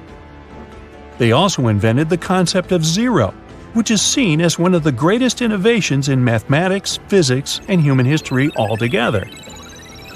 Sure, even back then, people understood the idea of having nothing, but the concept of zero as a number is a relatively new invention. A fun fact about Mayans is that they really liked hats. The bigger your hat was, the more important you looked. Not only was it a sort of fashion statement, but it also made them look taller, which was a big deal for their aesthetic. The Mayans also came up with one of the most intricate and complex calendars in human history. It was the first to use zero as a placeholder. Their calendar ended on December 21st, 2012, which led some people to believe that it translated to the end of the world. Obviously, that was not the case. It just so happened that the date coincided with the end of a Mayan cycle of years. But as advanced in science and astronomy as they were, they did make some mistakes. One of them was their belief that the world was flat. Their theory was that the four corners of the world were watched by the Brother Lords, who kept the sky from falling over their lands. Hats off for their menus, though, as they were well-known chocolate eaters. They turned eating chocolate into a form of art. The drink they made wasn't really like the hot chocolate we enjoy today, though. The recipe included mixing cacao with water, honey, chili pepper, cornmeal, and other ingredients to make a foamy, spicy drink. The ritual of drinking cacao was a crucial part of their celebrations. We're not done discovering all the amazing parts of their architecture and civilization. It was only a few years ago that a Maya pyramid was found at Tonina, in the Mexican state of Chiapas. It was estimated to be more than 1,000 years old. The reason why it escaped archaeologists for so long was that it lay hidden under what was believed to be a natural hill. The ruins of two Mayan cities have been recently discovered in the Mexican state of Campeche. Why didn't we find them until now?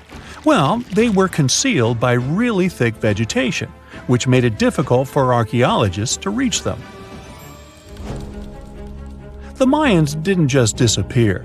Their descendants are still around today, many of them choosing to live in their ancestral homelands. You can find them in Guatemala, for example, where the Maya people make up the majority of the population. Overall, the Maya ethnic group contains people that speak different Mayan languages, such as Yucatec, Quiche, Quechua, or Mopan. They had no idea what a spa day was, but the Mayans really enjoyed a nice sweat once in a while. Sweat lodges were discovered around ancient Mayan sites. They were built out of stone or adobe. These rooms were an essential part of their cleansing and healthcare rituals. One of the earliest sweat lodges was found in Quello in northern Belize and appeared to date back 3,000 years. One of the most important parts of the Mayan culture was a ball game which they named Pix. It had both political and spiritual significance. We can see ball courts at important parts of Mayan archaeological sites. The main goal of the game was to pass a rubber ball through a very high stone hoop without using your hands. Basically, it was a combination of soccer and basketball. However, it could have serious consequences. The loser could, at times, even lose his own life. Ooh, high stakes indeed. Because of this game and the need for bouncy balls, the Mayan people were some of the first cultures to use rubber. They made it using natural latex. There were different kinds of rubber depending on what natural substances the latex was mixed with. And that, my friend, is the way the ball bounces. Sorry, but you know me, I just couldn't resist. Everyone loves a good landmark. The Roman Colosseum, the ancient city of Machu Picchu, the Giza pyramids. But have you ever wondered how it once looked? Way back in the days when they were built? Or even in the time they were covered in ivy and forgotten by humanity? Buckle up, because we're heading on a time travel adventure to the world's greatest archaeological sites. Our voyage begins in South America, deep inside the Peruvian mountains. Behold, the city of Machu Picchu. Machu Picchu is a monument to the ingenuity and power of the Inca civilization. During its prime, the Inca civilization stretched 2,500 miles along South America's coastline from modern-day Ecuador all the way down to Chile. And Machu Picchu was located at the heart and center of it. The historic site was constructed at around 7,000 feet above sea level, more or less around 1450 BCE. The gated city consisted of around 150 buildings made of stone. The Incas managed to build temples, houses, and even a complex aqueduct system to irrigate the entire town. And yes, they did all that without the help of wheels or any instrument made of iron. The housing model is somewhat similar to stone houses we see nowadays, with the difference that the Incas didn't use any cement to stick together the blocks of stone. Yet, they fit seamlessly on top of each other. Not only that, the Incas must have developed a rudimentary yet effective anti-earthquake technology, since, in the event of a quake, the rocks would shake without falling out of place. If Machu Picchu had been built today, It would have cost over $70 million to finish the entire thing. The purpose of the site is still a mystery to many historians. Theories suggest that it could have been built as a ceremonial site, a safety base for the Inca people, or even a retreat for royalty. What we know for a fact is that in the 16th century, 100 years after Machu Picchu was built, its population abandoned it, with tree roots taking over the majority of the site and keeping it hidden from humankind for over 4 centuries. It wasn't until the 20th century that the world was reintroduced to Machu Picchu when a Peruvian farmer led Yale University professor Hiram Bingham III to visit the site. Since then, Bingham and many other explorers dedicated their lives and research to studying the archaeological wonder of Machu Picchu. Now, for the next stop on our time-traveling vehicle, the city of Pompeii in Italy. Pompeii has crowded our collective imagination for many years. The eruption of the Mount Vesuvius volcano in 79 AD and the destruction of an entire city is hopefully not something that will happen again. But I bet you're wondering, what did Pompeii look like on its last day? It took 18 hours for Pompeii's streets, markets, houses, and forums to be buried under millions of tons of volcanic ash. Thanks to some clever scientists, we discovered that the lava and ashes that covered Pompeii on its very last day actually helped to freeze the city in time. Different from ice, the cloud of ashes did not preserve the city intact, but as the items disintegrated over 2,000 years, they left voids under the earth. Archaeologists found that if they filled these voids with plaster, the shape of the buried city would soon reveal itself. And that's exactly what happened. Of course, it was nothing like the bustling city of 12,000 people that had existed for many years before the fateful eruption. Pompeii was a vibrant and rich municipality. The site's ruins revealed that many areas of Pompeii boasted impressive houses, some with balconies, which was a sign of great wealth at the time. And, believe it or not, even some artwork survived the eruption. Archaeologists found well-preserved frescoes and murals of mythological creatures, all indicating that members of the high society lived there. Ruins show the city even had thermal baths and showers made with luxurious materials. Oh, and apparently, the people of Pompeii had amazing teeth. Yes, archaeologists could see even that tiny level of detail from the plaster molds they recovered from underground. Still in the Italian territory, we find one of the world's biggest tourist attractions, the Roman Colosseum. It was built as an amphitheater during the reign of Emperor Vespasian, around 70 AD. It wasn't until 80 AD that Vespasian's son, Emperor Titus, inaugurated the Colosseum. The monument was something to behold, with 157-foot-tall walls, over 80 entrances, and the capacity to host 87,000 people. All social classes and groups were welcome at the Colosseum, and this partly explains why it flourished for so many centuries. During the decline of the Roman Empire, around the 6th century AD, the Colosseum started being neglected and abandoned. The monument was looted, and some of its columns and stones were used to build infrastructure elsewhere. Only 1/3 of the original Colosseum still remains, and if it's big now, imagine what it once was. Greece was home to one of the world's largest empires. At the height of this empire, literally and historically speaking, more or less 2,400 years ago, the Greeks built a citadel known as the Acropolis.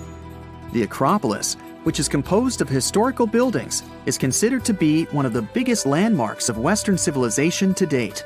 Tourists that visit the capital city of Athens today may be faced with yellowish and broken pillars of the Parthenon standing way up high in one of the city's hills. But way back when it was built, between 447 and 432 BCE, the imposing and majestic Parthenon was purely white, as the entire monument was built with gleaming white marble. The statues inside were made of gold. The Parthenon is a 23,000 square foot temple held up by 69 marble columns. The largest blocks of marble are massive, weighing around 10 tons each. And the most surprising fact is that the marble didn't come from Athens, but from a nearby site that stood 10 miles from the Acropolis, known as Mount Pentelicon. Historians intrigued by where the primary material for building the Acropolis came from found tiny and big blocks of marble all scattered around the floor of Mount Pentelicon.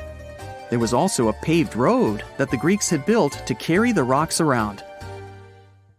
But perhaps the most impacting monument of all times is located at the heart of the Middle East, outside the Egyptian city of Cairo. The pyramids are considered one of the 7 wonders of the ancient world. The Giza Pyramid Complex was built as a tomb for the pharaoh Khufu around 4,500 years ago.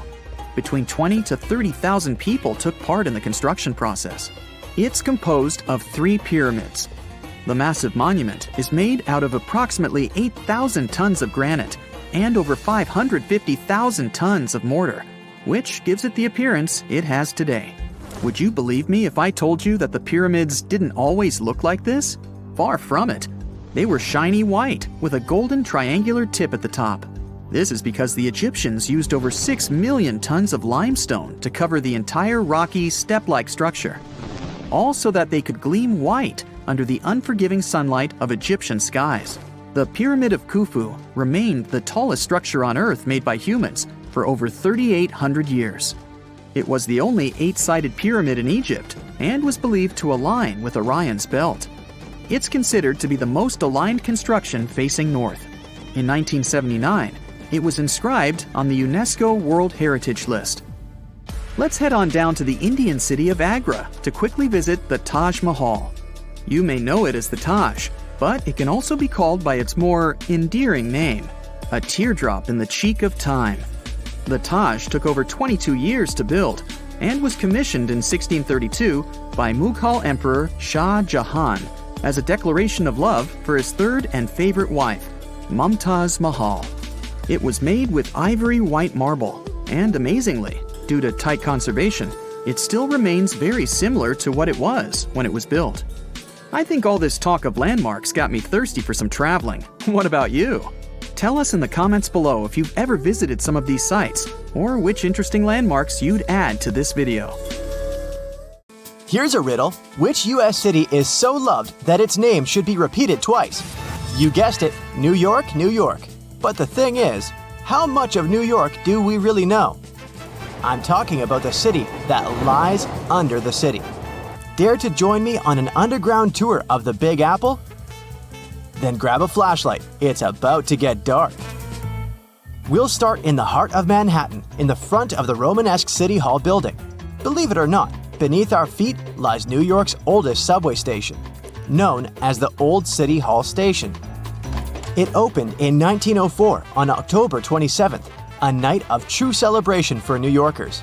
People were so excited, some of them spent the entire night riding the trains back and forth. Before this, urban dwellers moved around in carriages pulled by horses. No wonder the subway was such a hit.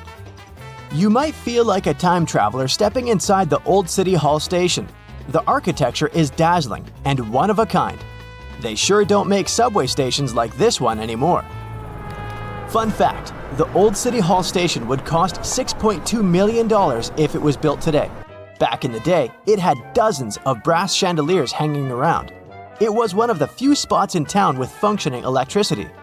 And oh, not to mention brand new multicolored tiled arches and stained glass ceilings you can still see today. Impressive, huh? If you decide to wander down the tracks, you might be in for a treat. Underground New York is as fascinating as the city above the ground. But one thing we usually take for granted is the behind the scenes of what the Big Apple needs to function. Down here, you might see one or two of New York's pneumatic mail tubes. These tubes were built back in the 1800s and they were operational up until the 1950s. They were responsible for distributing people's mail through different post offices. Letters flew at an impressive speed of 35 miles per hour. That's almost as fast as a professional runner. It sure sounds like a useful system. But I have to say, it feels weird imagining people's correspondence flying around 15 feet underground. Back to street level. We'll wander around fancy Lexington and Park Avenues. If you look up, you'll see the famous Waldorf Astoria 5-star hotel. Many celebrities have stayed there, including John Lennon and Yoko Ono, as well as presidents such as FDR. This is why the hotel used a secret infrastructure to sneak people inside and out. Under the building, a tunnel known as Track 61 connected the Waldorf Astoria to Grand Central Station. The track was deactivated in the late 70s, but some people say Andy Warhol threw a party there in the 80s. I bet that was something. For the next part of our visit, we'll have to take the subway uptown. We'll get off at 125th Street and find ourselves on the scenic waterfront of Riverside Park. Here, you'll find abandoned tracks of an old metro line. If you follow the tracks, you'll get to an underground graffiti gallery, aka the Freedom Tunnel. The tunnel is named after a graffiti artist from the 80s who is commonly known as Freedom. While exploring these tunnels, we'll see over 40 graffiti pieces he painted over 15 years. There are spray paints of James Dean, Mona Lisa, and even a self-portrait of Freedom himself. Moving on, let's wander around the northern part of NYC for a bit. Walking in Van Cortlandt Park will feel like hiking upstate, but believe me, you're still in the city. Along the way, you'll encounter some big ventilation towers made of stone. These towers were once part of an old New York infrastructure.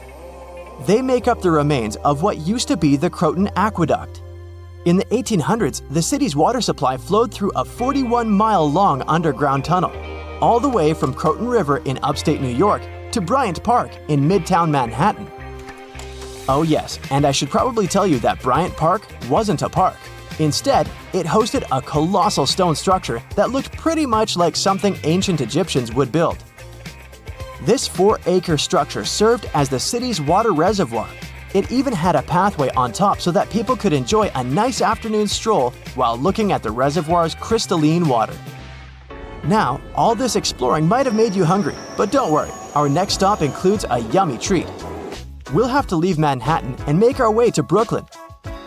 In case you didn't know, New York City is made of 5 boroughs: Manhattan, Queens, Bronx, Staten Island, and Brooklyn. Crown Heights, that's our stop. Would you believe me if I told you that beneath these streets lie caves full of aging cheese? How very Parisian of them. To get down there, you'll have to make your way through a century-old building that now works as an office space. Maybe wave hello to all those hard-working people and disappear in one of the stairways that will take you 30 feet below the ground. You won't need a flashlight for this one. The caves are bright and renovated and can hold up to 22,000 pounds of cheese. But hey, it might stink. That's the main reason cheesemakers decided to use underground tunnels to age cheese in the first place. After a bite or two of some delicious cheese, let's keep going. While still in Brooklyn, you might see tons of locals enjoying a sunny day in the McCarran Park pool. This pool is a huge attraction, being 3 times the size of an Olympic pool.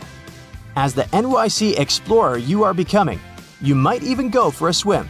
But hey, there's a much more interesting part to this attraction. The pool was built in the early 1900s, but it was shut down in the 50s. During this time, urban explorers discovered a network of underground tunnels right beneath the pool. And, of course, you can find a secret entrance and get a peek for yourself. There, you'll not only see the pool's filtration and heating system, but also a lot of graffiti from the time the site was abandoned. Neat! This question may sound weird, but have you ever seen a cow in New York? I sure haven't. Well, maybe there's a reason for that. Apparently, New York still has underground tunnels that were constructed for the transportation of cattle. Once New York started to flood with automobiles, cows became a burden for traffic. Until a 200-foot-long cow passage was built below 12th Street to transport the livestock that was ferried over from New Jersey. These days, you won't be able to visit this place in person because the tunnel was most likely destroyed. But historians found blueprints proving its existence. To add to the list, archaeologists discovered a very peculiar fossil a while back. Now imagine peeling off the layers of the city's soil. First, at 15 inches, you'll find a layer of wires. I'm talking TV cables, electricity, and all that. Digging deeper, at 4 feet, you'll see water and sewage pipes. But then, at 15 feet down under the surface of NYC, diggers have found a fossilized shipwreck. The wreck is located right under Broad Street, where there was once shallow water. They believe the wreck dates back to the 1600s. It's 92 feet long and 25 feet wide. Oh, and that's not all. At the intersection of Bowery and Canal Street, engineers stumbled upon a room with its walls and ceiling covered in mirrors. and no one has managed to explain the existence of this bizarre place yet. Our Big Apple underground visit is coming to an end, but we sure did more than just scratch the surface on this one. Before we finish, let's enjoy the best of what NYC cuisine has to offer, a good old bagel. Who knows, maybe next time we'll do Paris or even London. See you soon, explorer! There are many myths around arguably the greatest structure ever built by humans, the Great Wall of China. Some say it's so grand that it's visible from space. Others claim that you can see it from as far as the moon. Other theories suggest that the builders of the wall were left inside. Well, sorry to disappoint you, but all these impressive stories are just myths. But even with those stories busted, the Great Wall of China is an impressive and truly breathtaking structure. So let me tell you its true story. Today, China is one of the most populated countries in the world, counting as many as 1.4 billion residents. It's also one of the oldest nations in the world. It has 3,500 years of continuous written history, but the civilization existed long before that. There is a theory that while the European continent, for example, was most likely reached by humans from Africa, China wasn't populated by settlers that came from somewhere else. Some people believe that the Chinese civilization got formed from local Stone Age people who lived on the territory since the Prehistoric period. So now, the Great Wall of China. It's truly big even by today's standard, stretching for over 13,000 miles. To imagine it better, it's almost 5 times the distance between New York and Los Angeles. Or even a bit greater than the distance between the North and South Poles. Even in modern times, people have never built anything close to this big. Of course, it didn't take a day to build the Great Wall of China. 2? Keep going. In fact, the wall was being built for centuries. Maybe you know that ancient cities had walls around them to protect themselves from invaders. Yes, Chinese cities had them too. The first Chinese emperor united the country in 220 BCE and got a brilliant but very ambitious idea to turn all city walls into one big wall that would defend the country's border against attacks from the north. A trusted general directed the construction, enrolling a big group of workers, soldiers, commoners, and convicts. Back then, the wall was built of rammed earth and wood. In some places that were strategically important, the sections of the wall overlapped to provide maximum security. The walls were around 26 feet high on average. But the Great Wall didn't yet look like the construction we know today. Every next emperor would pick up the Big Wall project, strengthening and extending it, repairing, but also modernizing construction techniques. Some used bricks to build it. Others moved on to granite and marble blocks. Watchtowers and platforms weren't there from the beginning as well. They were added by Ming emperors. The watchtowers made it possible to communicate with other parts of the wall through smoke and fire messages. So, the wall is quite inconsistent in terms of material, but it only adds more charm to the construction and shows how much effort and time it took. The reasons why some parts of the wall have been standing for centuries and are still in good condition is glutinous rice flour. Turns out, this sticky rice mortar is almost like cement. It's very strong and waterproof, sealing the bricks so tightly together that even sneaky weeds can't grow between them. You may also notice that some bricks have writings carved on them. They were left by the workers who were building the wall. The purpose of those writings is quality assurance. They contain such information as location, quantity, and responsible officials. So, in the case of some problems with the quality of materials or constructions, it would be known who should be held accountable for it. Recently, a research group has looked through official historical documents of the Ming Dynasty that ruled China from the 14th to the 17th centuries. They came across records of secret doors in the Great Wall, so they decided to find them. They used a flying robot to capture continuous centimeter resolution photos of the wall.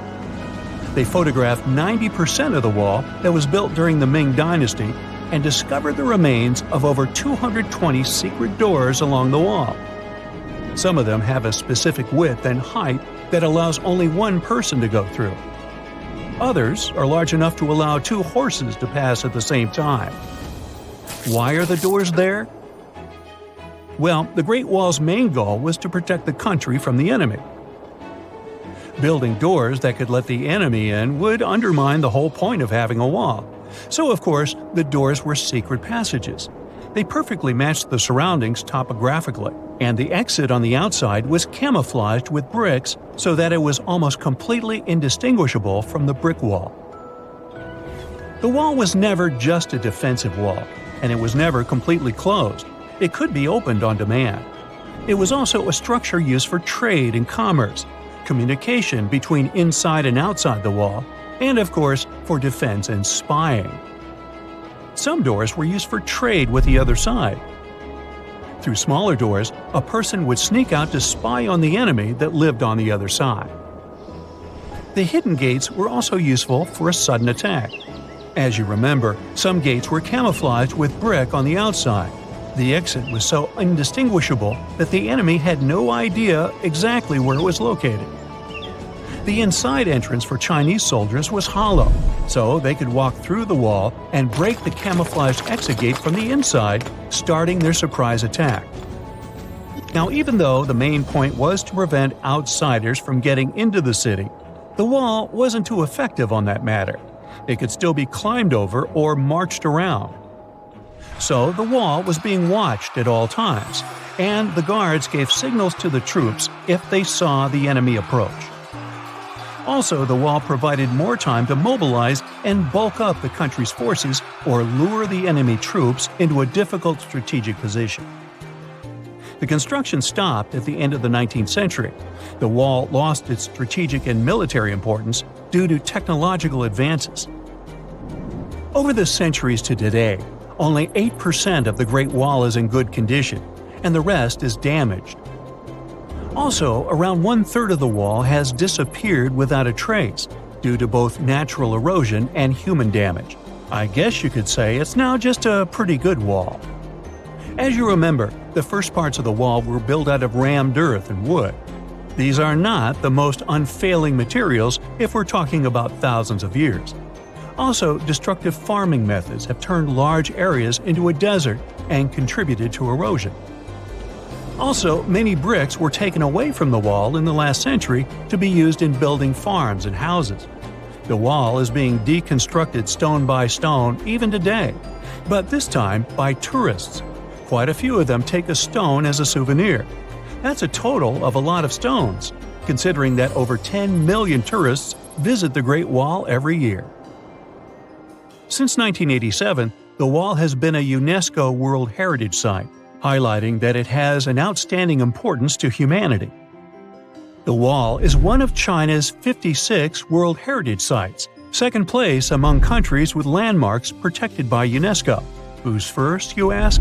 Well, the top spot, with 58 World Heritage Sites, belongs to Italy. And do you know that the wall isn't only a famous tourist attraction, but also the location of the Great Wall Marathon? It's a marathon that was established in 1999 and is one of the most challenging ones in the world. You guessed right, people run along the wall, including all the steps. There are 3 distances, so that participants can run a full marathon that is 26 miles, a half marathon that's 13 miles, or just have a fun run of 5 miles. Are you afraid of the dark? There are some places where you don't want to be in.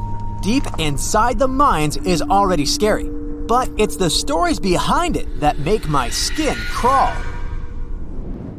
The Ringwood Mine in New Jersey might sound like a typical mine for some people, but for others, it's a place that no one wants to go. It was once a thriving mine with one of the largest iron productions in the world. More than 100 years ago, in the early 1900s, people abandoned the mine and it's still open for curious tourists to take a peek. During its heyday, thousands of workers would get up every day and prepare themselves to work in very dangerous conditions.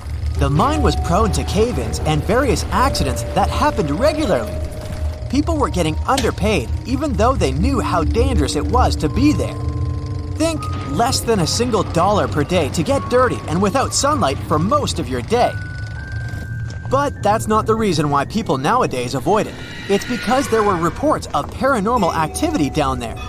Some of the locals claim they heard footsteps and voices originating from inside the mines years before it was abandoned. Some people saw figures walking around their homes while holding lanterns in their hands, something which was very common back in those days. Although people have claimed to hear these strange noises, there's no evidence to suggest that it was anything paranormal. Back in those days, between the 1800s and the early 1900s, there weren't any proper treatments or precautions for safety and health. People needed to work, and this was a quick way of earning money. No one ever thought about being down a mining shaft was scary or not. Imagine you're one of those workers who are about to finish your shift when the lantern above you starts to die out. You get some matches and try to ignite them, but no luck. After a while, you realize that it's just you down there and everyone else has left. You pack up your gear and make your way out following the string of lights that were placed strategically so that no one gets lost down there. As you make your way through the narrow path, you start hearing voices coming from behind the walls. At first, you don't think much of it considering the reverberation of sounds within the mines. But then, you listen closely and realize that these sounds seem like they're literally coming from within the walls that are too thick to be heard from outside. You glue your ear to the walls and hear someone call your name. You jolt and run towards the mouth of the cave. However, the lights are flickering and the voices are getting louder and louder. The voices are jumbling together, creating an incoherent mix of weird gibberish and what appears to sound like someone chanting your name. Your heart is racing and you're sweating profusely. You don't really know where you're going since everything looks the same. Suddenly, you hear the sound of rumbling coming from the belly of the mine, and then silence. Everything is black. That's what it would feel like if you were a miner during those days. Back to the creepy stories. In West Riding, England, the name Oak's Pit strikes fear into the local community. The people of Barnsley remember that the mining site was one of the mining disasters in British history on December 12, 1866. The gases inside the mines ignited a fire, causing a major explosion. The fire spread and raged on for many days, destroying the mining equipment and wooden supports that were built. Finally, around 100 tons of coal collapsed into a crater at the mouth of the shaft, sealing it for good. However, very recently, people began to notice something strange. Quite recently, a team specialized in otherworldly phenomena decided to investigate the site to try and figure out what happened there. They got around to see if there was anything left that they could communicate with. In the end, the team concluded that this place was indeed freaky. There wasn't enough evidence to prove that the place was haunted. During the early 1900s, there was a silver rush in Alaska in the western part of the Wrangell Mountains. The Tonopah Mining District, which is now a museum, was part of a park that hosted plenty of buildings, such as a blacksmith shop and a hospital, among others. While there isn't any particular story like the previous ones, this mine is known to be haunted. There are plenty of theories behind it. Some say it's ancient spirits occupying the mines, while others say it's from the prospectors who used to work there. Either way, you can easily get a guided tour in and around the area, even at night if you're brave enough to go. Mining has always been a part of human history. The first metals to have ever been mined were gold and copper. Some scientists have found evidence of copper pipes to be more than 5,000 years old. Copper was necessary for the next stage of human advancement, as it helped us with technology for defending ourselves and trading. Ever heard of the term luck of the Irish? That's actually a mining term during the gold and silver rushes in Western America, when most of the luck was going to the Irish miners who were finding everything. In 1863, the Vulture Mine in Arizona was thriving with gold, as if the name of the mine wasn't creepy enough. Up until 1946, it was producing millions of ores of gold. But in between, the mine closed for certain times. Many investigators decided to look around the mine to see if there was anything strange happening inside. According to them, they heard some noise coming from above when they were inside. The locals of the area later chased them out since they were trespassing. The Atlas coal mine opened and closed quickly between 1936 and 1979 in Alberta, Canada. The coal was mined to produce electricity and heating. The mine was known for having 2 shafts, both of which were connected by a tunnel at its base. The owners of the mines decided to build houses for their workers and their families, since they knew they were creating many jobs. They eventually built a school, a hospital, and a library. But in 1979, the mine closed due to an accident, and ever since then, the mining town was abandoned. Many people have reported seeing some lights inside the buildings, despite them being empty, as well as hearing weird noises from within the walls. Some remarkable things were discovered in mines, including the mighty Titan boa. This giant serpent was slithering around roughly 58 million years ago and was more than 40 feet in length, and weighed as much as a black rhino today. The coal miners in Colombia were digging out some coal when they discovered the fossil of this giant snake. Initially, they thought it was an anaconda, but it was much bigger than that. Imagine making that discovery. Now, imagine roaming through a mine and discovering antique European cars dating back to the 1930s. In 2016, a Belgian teacher was going through a French mine when he discovered the tunnels which led to the cars. It's believed that they were kept there as a secret stash, but no one claimed them back. Even though they're all rusty, their value certainly didn't drop.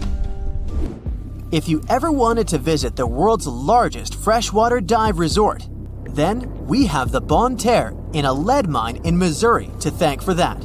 It was a fully functioning mine up until 1962 when it shut down. The company that was operating it pulled the plug, including the water pumps.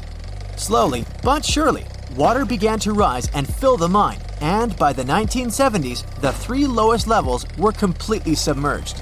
It then became known as the world's largest underground freshwater lake, and was named the Billion-Gallon Lake. Most of the mining equipment is still underwater, and there are dozens of miles to discover. Count me in!